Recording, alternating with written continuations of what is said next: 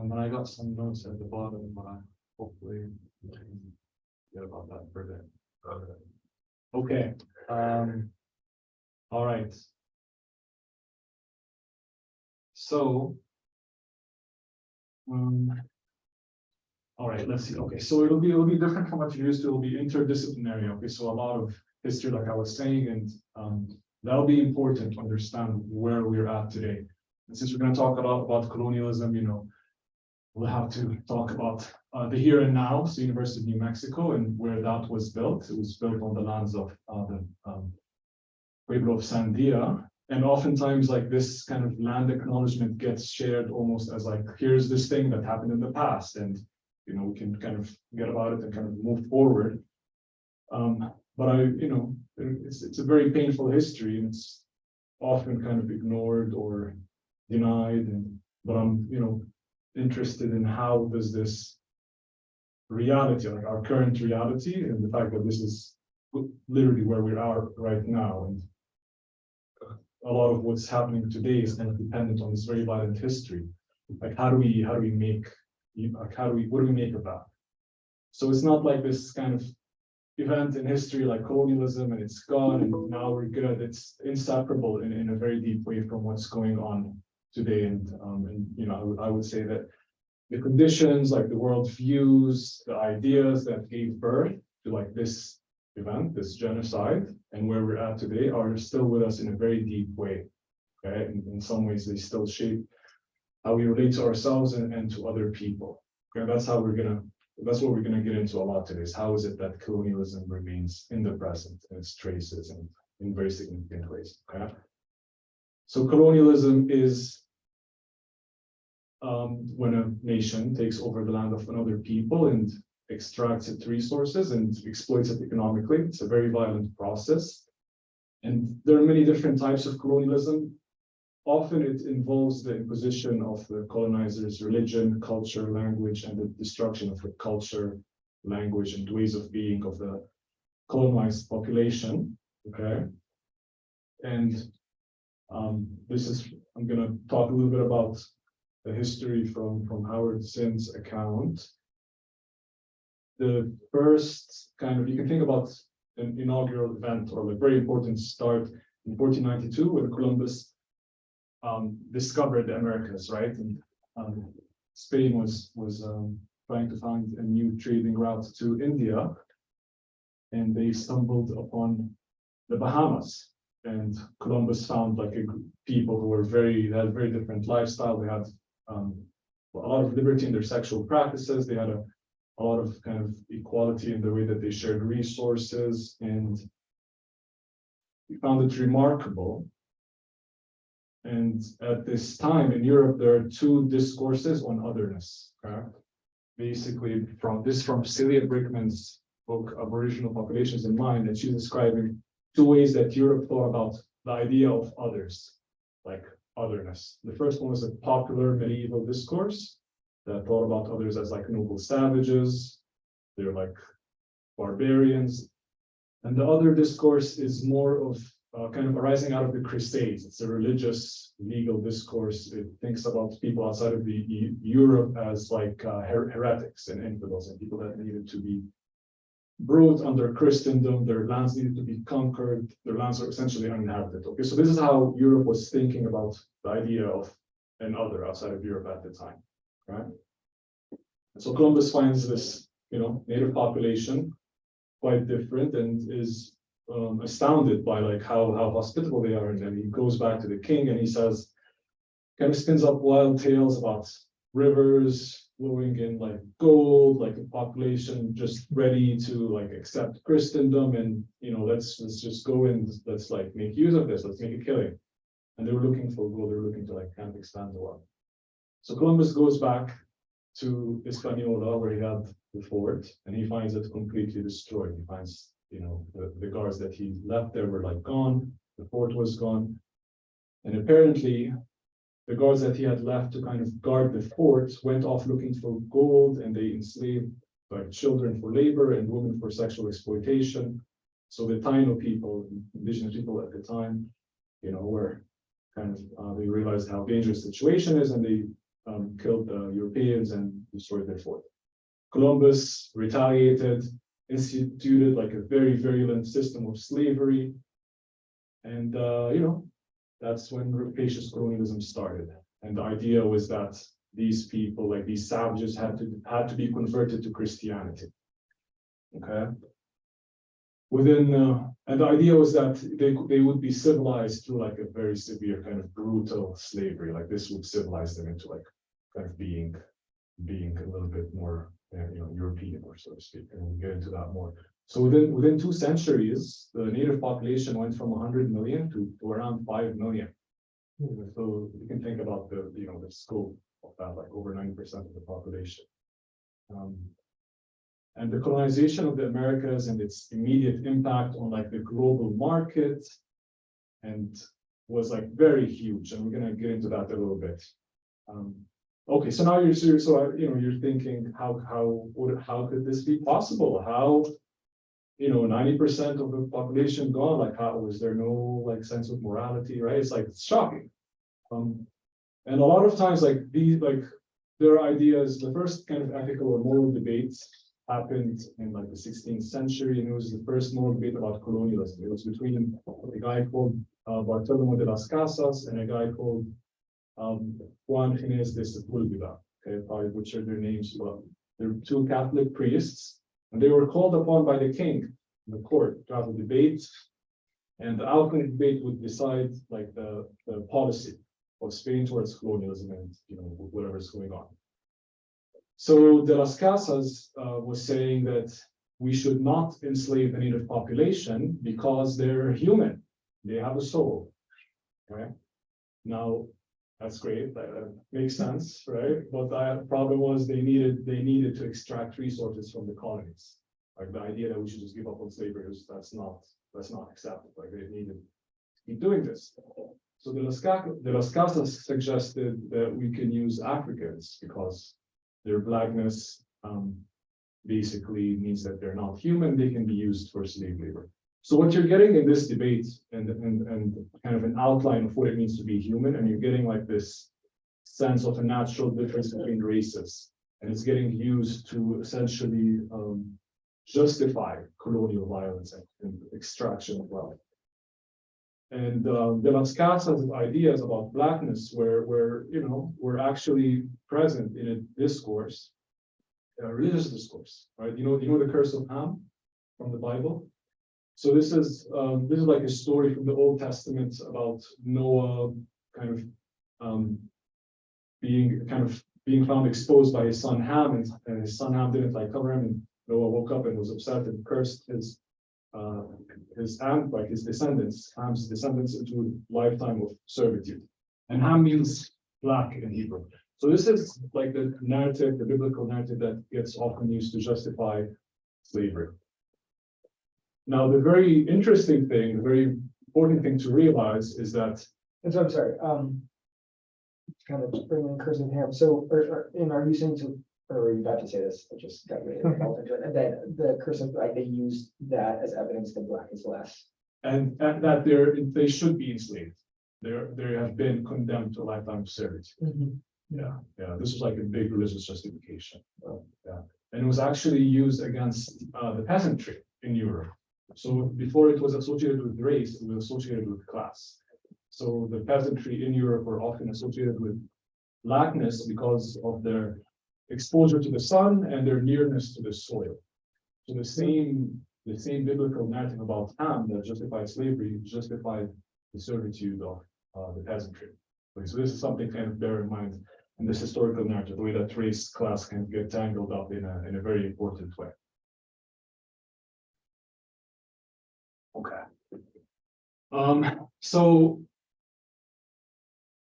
this extraction of wealth from the colonies that was very important needed philosophical grounding, needed ideologies that support this domination.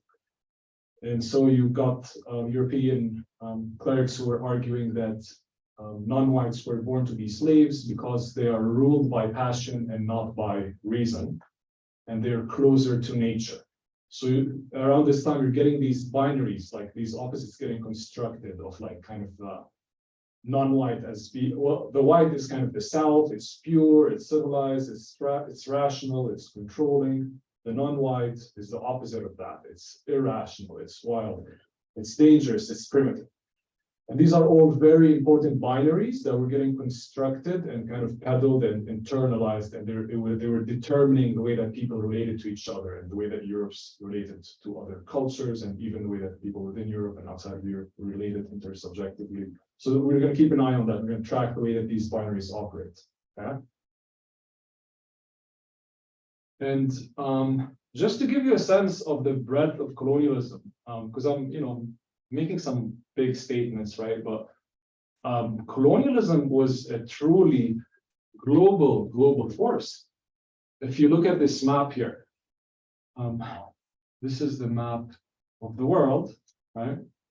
And really, when we're not talking about colonialism, I'm talking about Western Europe. So forget about all of this part. Okay, we're talking about this small peninsula here. Yeah.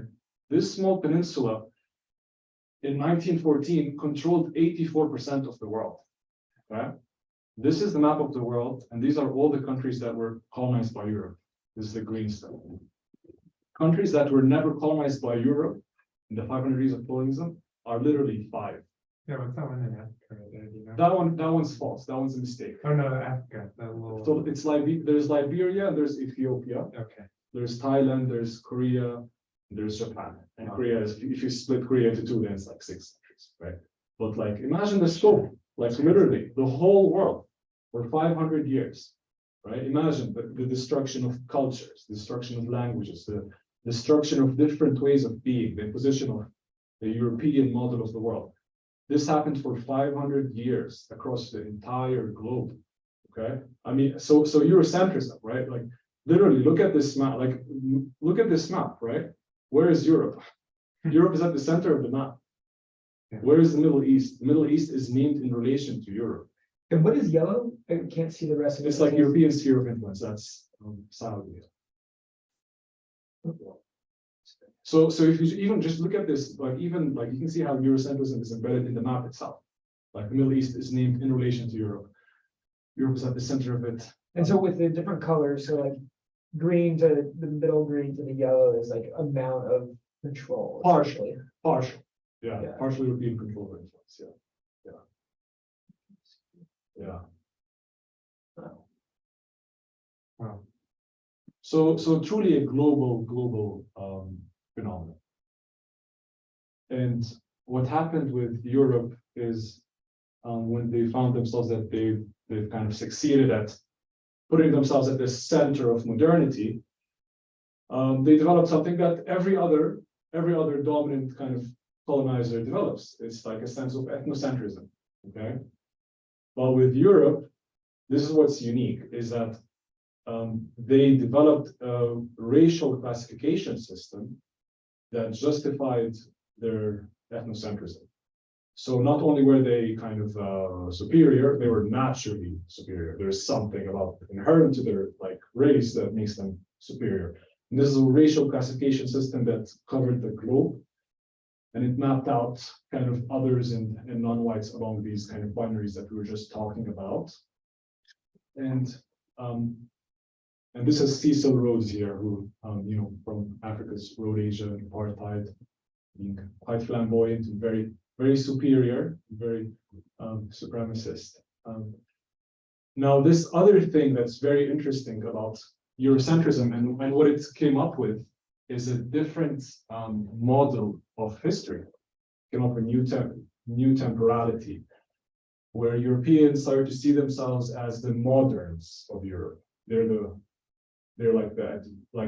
moderns of the species of humanity. Basically, they're the most advanced in the world. And the way that humanity progresses is it goes from a state of nature and then inevitably and naturally towards an advanced kind of civilized Europeanness. This is how they saw history. They saw history as naturally progressing from primitive to like civilized, from non-white to white. So they reorganized kind of their history as a kind of temporal perspective that aligns with that kind of developmentalist view.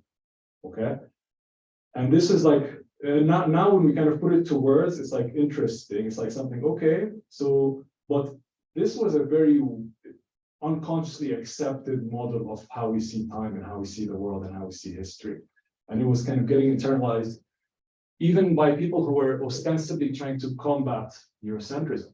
Okay, and we see this in Freud. So like this kind of idea where for Freud, the development of the psyche goes from, in the same way that it goes from an immature, infantile mental state into a mature, healthy, adult kind of state, is analogous and parallel to the way that societies progress from primitive to like a civilized society, right? And this is where the idea of a primitive defense mechanism comes from.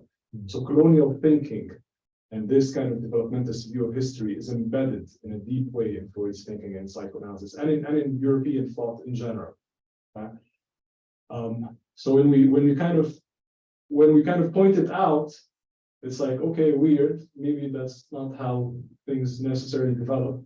But there was something very hegemonic in this kind of idea, like the way that this was the dominant, commonsensical approach to history. And Europeans were able to spread and establish this view of history as kind of the natural thing, so that even people who were combating Eurocentrism would internalize it. So I'll give you an example from this book called Design Guides by Joseph Massad.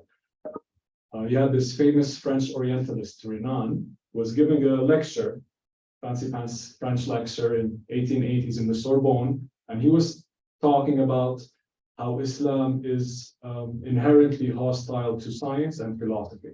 Okay, typical Orientalist racist colonial view.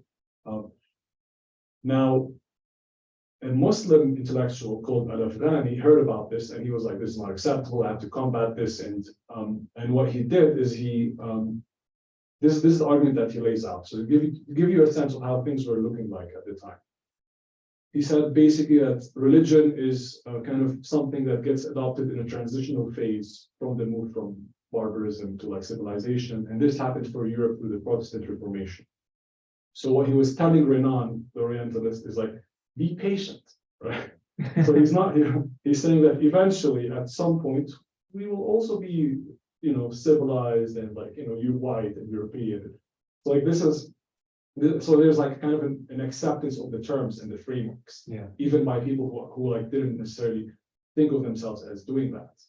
So like the very view of history, the very view of reality, and the models and the paradigms are kind of absorbed in this way. 500 years. That's what happens. And you were getting these binaries again of East, West, primitive, civilized, magic, scientific, irrational, rational, traditional, modern, not Europe and Europe. And these were disseminated across the globe, and they shaped and structured cultural and intersubjective, relations.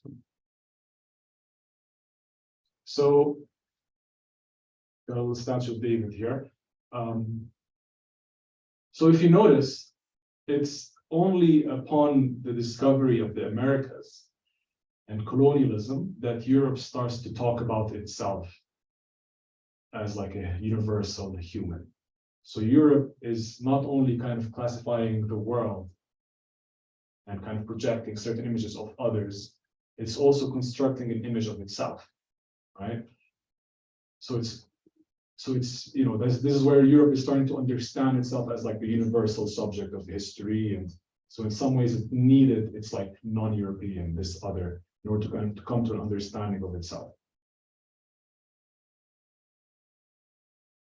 And the idea of race does not have a history before the colonization of the Americas. Okay, so this idea, this construction, was created in order to give legitimacy to the relations of domination that were ongoing under colonialism. They needed to have an ideology, they needed to have ideas that justified the brutality and the violence that was ongoing. And it was initially referring to phenotypic differences between the conqueror and the conquered, and then it started to refer to like biological differences. and it organized the world into ranks, into what places and positions people could take. Okay. And that was by the colonizer, like they came up with, like the colonizers came up with that. Yes, remember that debate with De las Casas? That was the initial kind of idea that there's natural difference. That was kind of the beginning of the idea of race. Yeah.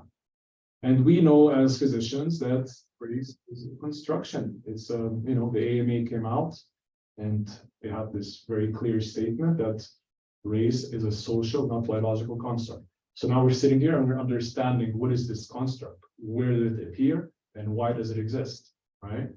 And it's very, very kind of deeply kind of ingrained in people's psyches, and in some important ways structures societies, shapes people's roles in them, shapes institutions. Okay, so despite being a construction, it's very real or actualized. Okay.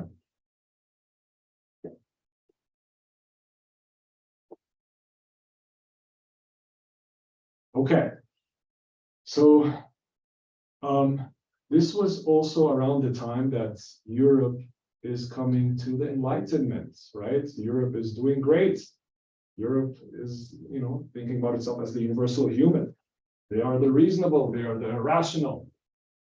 And they're thinking about subjectivity, what it means to be a person, what it means to have a mind, what it means to be an agent. And as we were kind of laying out ideas, the reason why certain ideas flourish, certain ideas develop, is because of their context.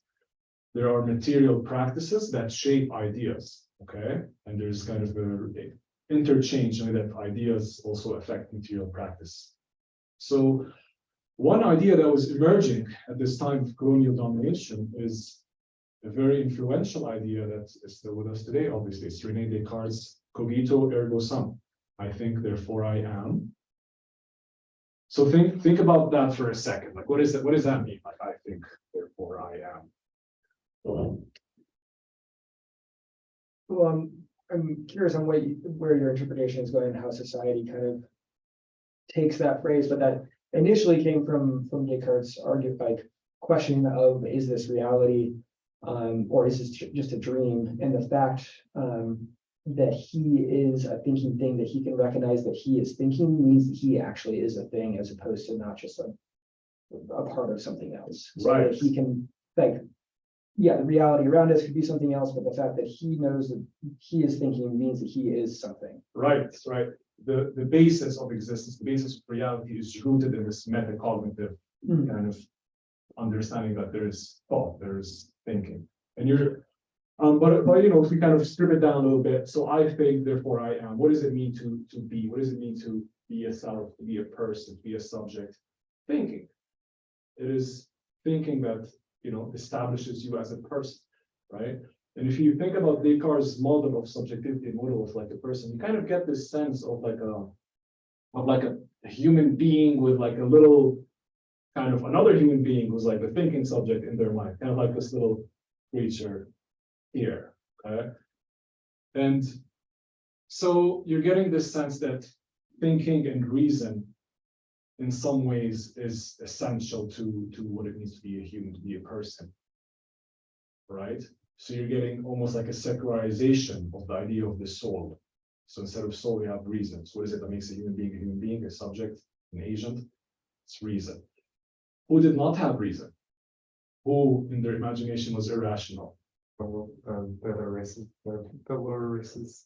Right, the colonized. People who were colonized were thought as being irrational, as lacking reason. So then naturally, they're not human, they're not subjects, they're not agents, right? So I think, therefore I am is inseparable from the I think, therefore I conquer, like the subject as conquered, right? Because you're getting this kind of reason as being kind of almost like the foundational essence of subjectivity, right? And a lot of people obviously don't have that supposedly. Other idea from Descartes, mind-body dualism, right? For Descartes, you have a body, and that's physical, and that's totally separate from the mind, which is non-physical, right? Now, we know as psychiatrists that this is not true. Now we have a very kind of way more intimate connection between the mind and the body. You have psychosomatic symptoms. You have the gut flora, which influences mood and mental health symptoms. You have, so it's not accurate, mind body dualism. But there was a logic to it, and there was a function to it. Okay, now the mind gets associated with reason, with whiteness, the body more with nature. The idea is that non-whites are closer to nature, and so you start to get this kind of idea that bodies can just be put to work. They're like machines, right? Especially if they don't have reason. And this is gaining important currency now with the emergence of capitalism, where there is a demand for labor, a demand for bodies to be put to work. Okay, and there's also it has an interesting connection too with what I'm going to talk about next, which is the sexual division of labor and the way that women started to kind of take on a different role in this emerging society. So in Europe, you're having feudalism. Okay, this is the socio-political cultural arrangement of society, and the way that things were running at the time is you had the peasantry, peasants who were working the land of the aristocrats most of the time, and then for another amount of time, maybe half the days of the week or something, they have their own land to work on, and this is just for something that so they can kind of sustain themselves, kind of eat, whatever, like cook, sleep, basic stuff. That's what feudalism. Yeah, exactly. They're like peasantry, mostly working the lands of the aristocrats, a little bit of kind of their own land. Like they'd have like access to ponds to like kind of fish. They'd have fields for the animals to graze and like woods that they could take. They had some kind of means, and these lands, these things that they owned, they were owned collectively. So the peasants collectively owned these kind of their land that they could work and reproduce themselves. They were called the commons. Okay. Now, throughout the 15th century, there were like huge revolts and rebellions of the peasantry against the aristocrats and against the church and against the merchants. And importantly, women were actually a huge kind of force in leading all of these rebellions and these revolts. Okay. Around this time, you started to get the witch hunt. This is it was a very kind of brutal, kind of very public torture and kind of burning of women at the stake. And this was happening at the same time as, genocides in Americas, the onset of the slave trade, and now kind of women being kind of persecuted in Europe.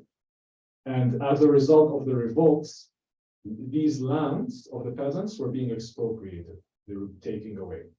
So now these peasants that used to have a little bit of land that they could kind of use are losing that land. That land is being taken from them, and they're being left to rely on a wage.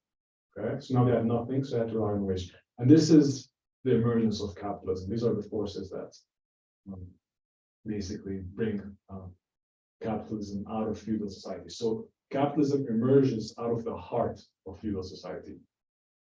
The same landlords, the same feudal landlords, transform themselves into like the capitalist landowners. They're the ones who commercialized agriculture. They're the ones who set off a land market.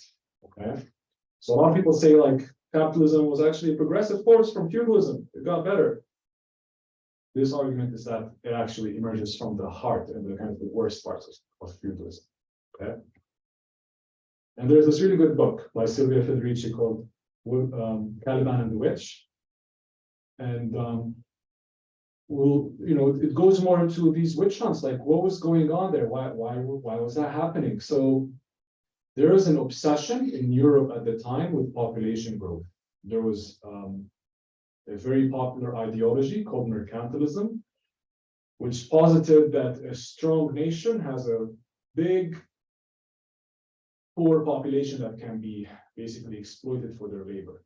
Okay? And now with the emergence of capitalism, it wasn't about how much land you own that would make you wealthy.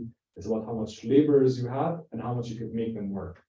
So labor became very important. Right? So around the time of the witch hunts, also there was this kind of drive to really get women to procreate. They wanted to kind of control the reproductive capacity of women, and they wanted to make sure that we get as much labor as we can. And there was all kinds of legislation getting passed around about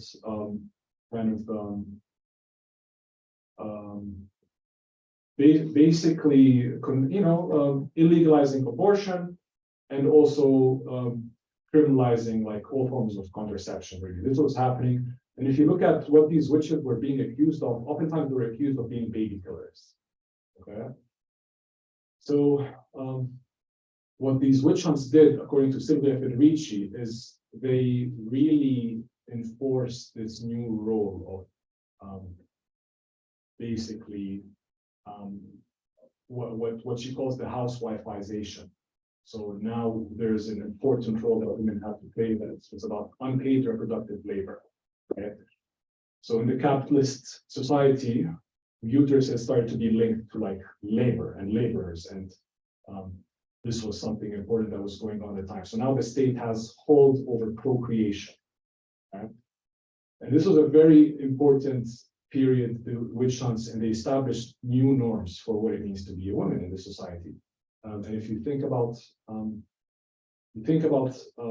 the women who were really playing a strong role in the rebellions and the revolutions at the time, this was an attempt to break the power of women and to enforce this housewifeization through like very violent means. And witches represented everything that the capitalist society did not want. Right? These were heretics. These were healers. The women who lived alone. All of these things. And Federici traces like the change in the social status of women, after these witch hunts, where now you start to get this idea that women are being encouraged to not go out by themselves, to like not sit outside, and like ale brewing changed from like a women kind of profession to like a associated with men. And then interestingly, the word gossip changed from meaning friend to like acquire like a negative connotation. So there was a change in the norms and in the kind of the positioning of women in this society. And this was happening contemporary with the slave trade, with the genocides in the New World, and with the expropriation of the peasant land. So you're getting like a complete reorganization about how society should function, what roles people should take, how they should relate to each other. Okay. And it's been like very widely documented the way that colonialism and slavery were huge factors in the emergence of capitalism. So who's running this? Like who's like the person making like or like a group of like these rich white dudes or like saying like, oh, okay, like if you're not white, you're not human, but also if you're poor, you're also less human. If you're a woman, you're also less human. Like who's like driving this? It's these ideas converge with material practices, right? So it's the way that colonialism took off, the way that these binaries kind of came out almost naturally from these dominations, from these relations of domination, also went back to kind of influence Europe and became like the ruling class ideology to maintain the status quo, which was deeply oppressive to a lot of different people. So it's not like there was a group of rich aristocrats that did this. This was the way that society functioned. This was the way that very violent practices shaped ideologies, and then ideologies shaped the practices. And yeah. Okay. Yeah. Yes. How do you feel about this? Yeah, it's like all fucked up. I mean, It is. It's a history that it's a lot. Yeah. It's a history that doesn't often get talked about. It's a marginal history, right? But I think it's important to kind of get into that because it'll help you be a better psychiatrist and understand a lot of the things that people come with, like transgenerational stuff, and the way that the social world that we live in is constructed in a particularly violent way. Right? We don't get that. We don't understand how could that be. But if you look at these marginal histories, you can start to get a sense of, yeah, it makes sense. Because they inherit, colonialism, we inherit white supremacy from that, right? We inherit our society from that. So like these historical questions are important and help us understand the way that people suffer today. Yeah. You know? Yeah. And it's ugly, it's painful and it's ugly. And yeah. And yeah, so we were, and just to give you a sense of the amount of wealth that got extracted under colonialism, there was a recent study about India. In the 2 centuries of colonialism in India, Britain drained $45 trillion. Okay, so when you look at poor nations and rich nations now, you know, this is why. It's because of slavery and colonialism, you know. And the amount of wealth that was extracted during this time into Europe is what fuels industrial revolution and is what gives birth to capitalism. And you start to have like this racist division of labor, right? You know, we were talking about, you know, you have white, you have the non-white, you have the primitive, you have the civilized, you have the rational, the irrational. And now you start to get the labor being divided along these binaries. So if you're racially inferior and non-white, naturally, you're not worth being paid, right? If you're, and even among the mestizos, like the more whitened you are, the better job that you get. And this like association between race and labor and the kind of job you do is with us to this day. Okay, it's a very powerful link. Like Frances Verges in her book Decolonial Feminism asks the question, who cleans the world, right? Who cleans the world? You know, it's Black and brown women, right? So this is something that's with us today in a very important way. Okay, so Europe didn't just control the global markets. They controlled the culture, and they controlled knowledge production, and they controlled ideas about subjectivity and gender. Okay, again, 500 years, center of the world, molded the world into its image.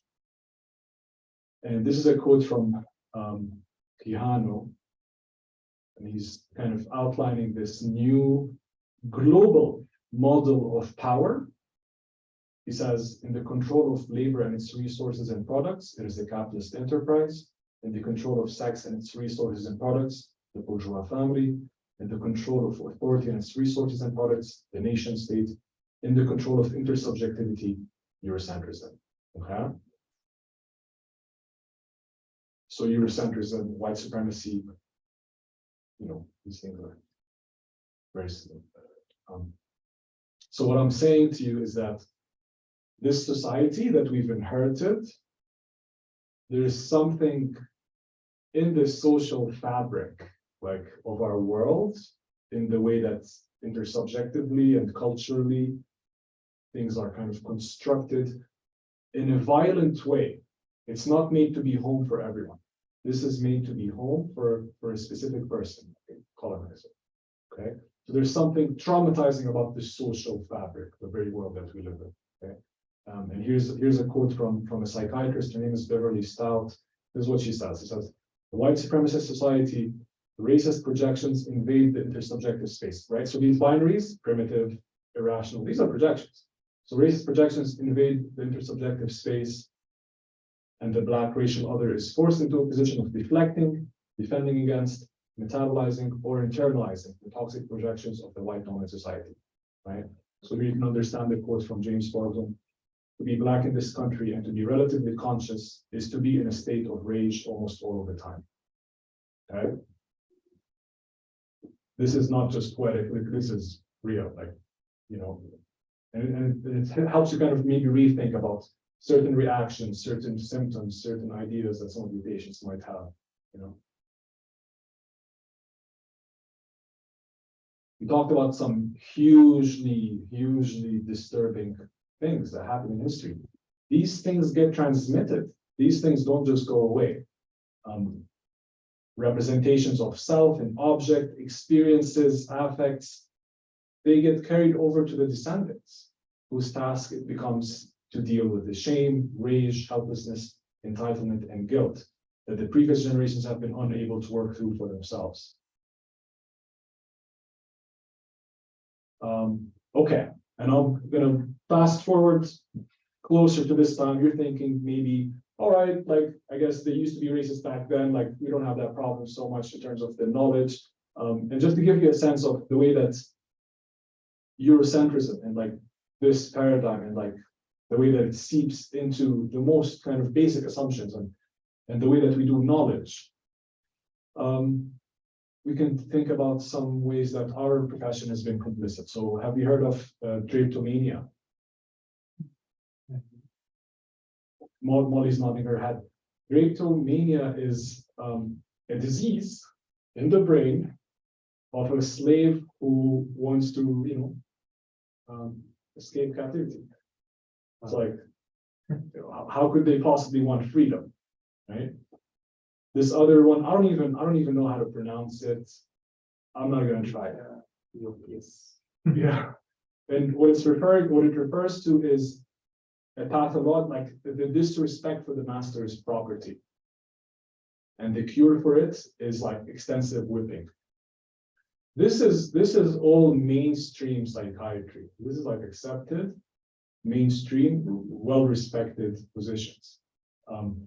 And at the turn of the 20th century, the well-respected academic psychiatrists and psychologists argued that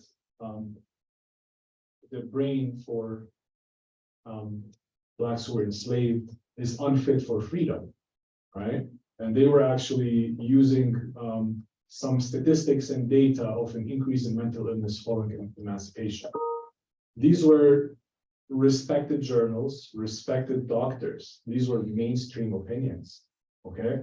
And what this was reflecting is it was reflecting something deeply colonial, right? The belief that European colonizers civilized non-whites. And here is this binary, here's this deeply racist kind of colonial worldview shaping the very diagnostic criteria and studies in psychiatry, okay? At the turn of the century. Yeah, this is amazing. I mean, like, for me, this kind of brings up a theme that, quick little tangent, but like, what, like, people 100 years ago, or 500 years ago, or 1,000 years ago, genetically are the exact same as us. Like, we could have lived back then and been a part of this, and been slave owners or slaves in a part of this dynamic, and been the person present, like, the fact that the intellectual community like buys into these ideas is insane to us now. But if we were living then, we'd be like, oh yeah, that makes sense, that checks out.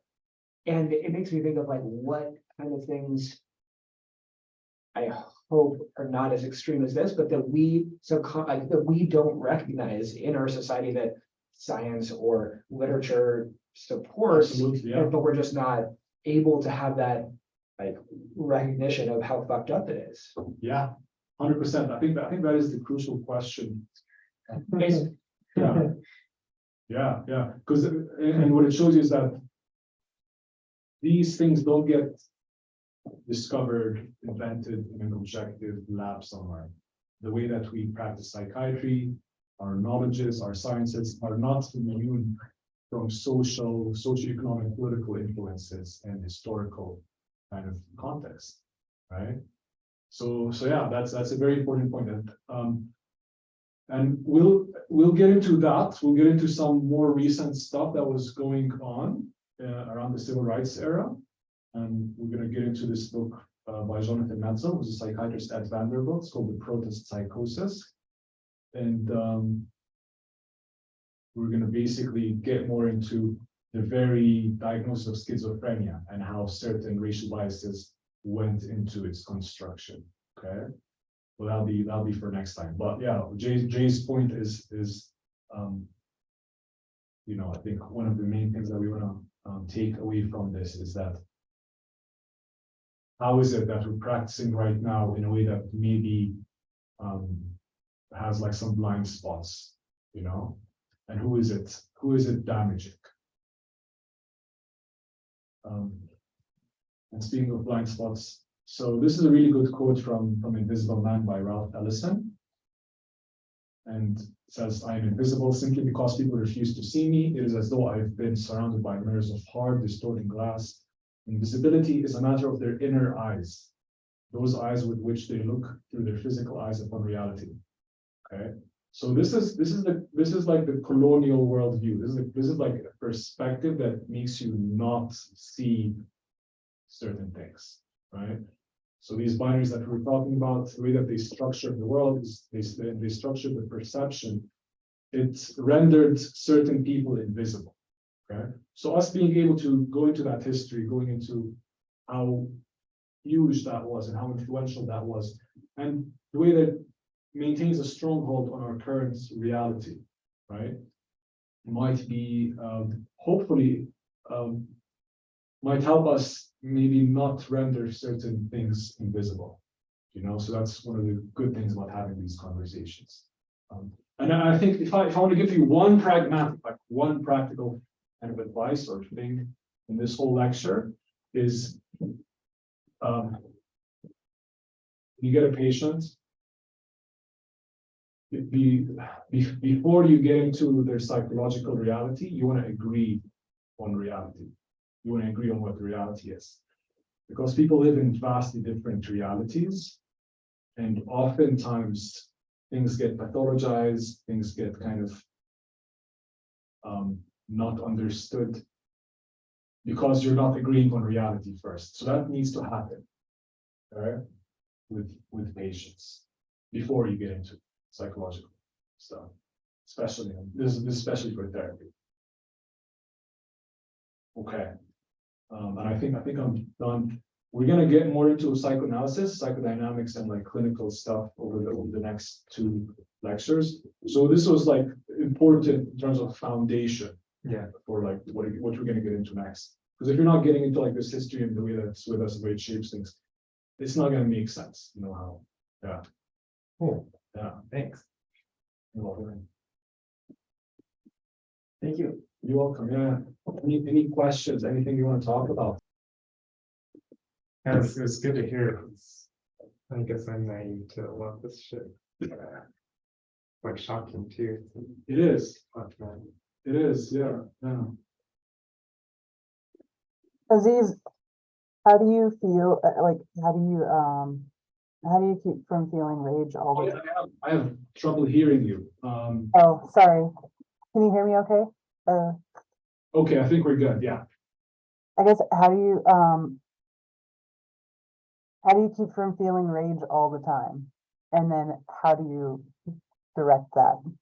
Yeah. Great question. Okay, so what I'm gonna do is I'm gonna give you two papers. Okay, the first one is called Confusion of Tongues by Frenzy. And in that paper, he's describing something very important called an identification with the aggressor, identification with the oppressor. A lot of people's reaction to these conditions is they're like, all right, fuck it. Like, I'll just try to be white, right? Like, that's one reaction. You identify with the oppressor, and that's a huge problem. That's an alienation. And you see it very often. We're going to talk about that. The other reaction is more complicated. It involves using rage as a healthy adaptive defense to prevent those toxic internalizations. And I'm going to suggest a paper by Beverly Stout called Black Rage. So I'll give you these 2 papers. I'll send them to you as PDFs. So the first one is Confusion of Tongues. The second one is Beverly Stout. You're busy. You can read it whenever. Like, you don't have to read it during these next 2 weeks. But I'll make sure that you have them. Yeah. So what this does is, like, the idea that if a person is angry, if they're mistrustful of medical authority, that's a problem. That's a pathology. It's not. There's healthy adaptive ways to. In some ways, you need rage. In some ways, you need this rage. Yeah. That's like healthy. Yeah.